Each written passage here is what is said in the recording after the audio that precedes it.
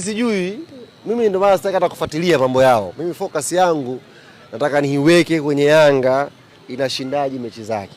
Watu kama wameshaacha focus za kuchukua ubingwa, wameanza kula vibudu mitaani, sio watu wa mimi kuwafikiria hao. Mimi nafikiria namna gani nachukua pointi 3 alafu tunaandaa sherehe za ubingwa. Sio mtu anapata sare anaenda kulisha watu vibudu.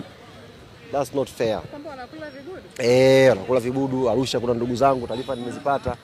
Watu wameumwa sana matumbo leo. Nimeona kwenye mechi hao hata uwanja mweupe watu wanaumwa Tunataka tufikie huko kwa maana ya kushinda michezo iliyokuwa mbele, alafu ndo tuweke sasa mipango hiyo. Yanga katikati ya msimu haiwezi kufanya sherehe yoyote zaidi ya kuwaza kwanza uchampioni. Na ndio malengo yetu wako hapa.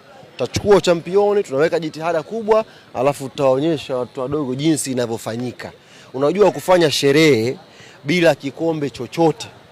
Yaani mmekutana, mmetafuta vibudu machinjioni, mnafanya sherehe bila kikombe chochote. Maskini ya Mungu na yule mzungu wa watu kalishwa kibudu jana bila kikombe chochote. Hilo jambo halina maana yoyote. Sisi tunaweka malengo yetu kwa ajili ya kufanya sherehe tunapochukua uchampioni. Na inshallah tunacheka nini? Au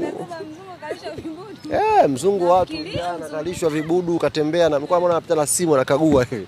Wakampa bichwa moja la kondoo jeusi.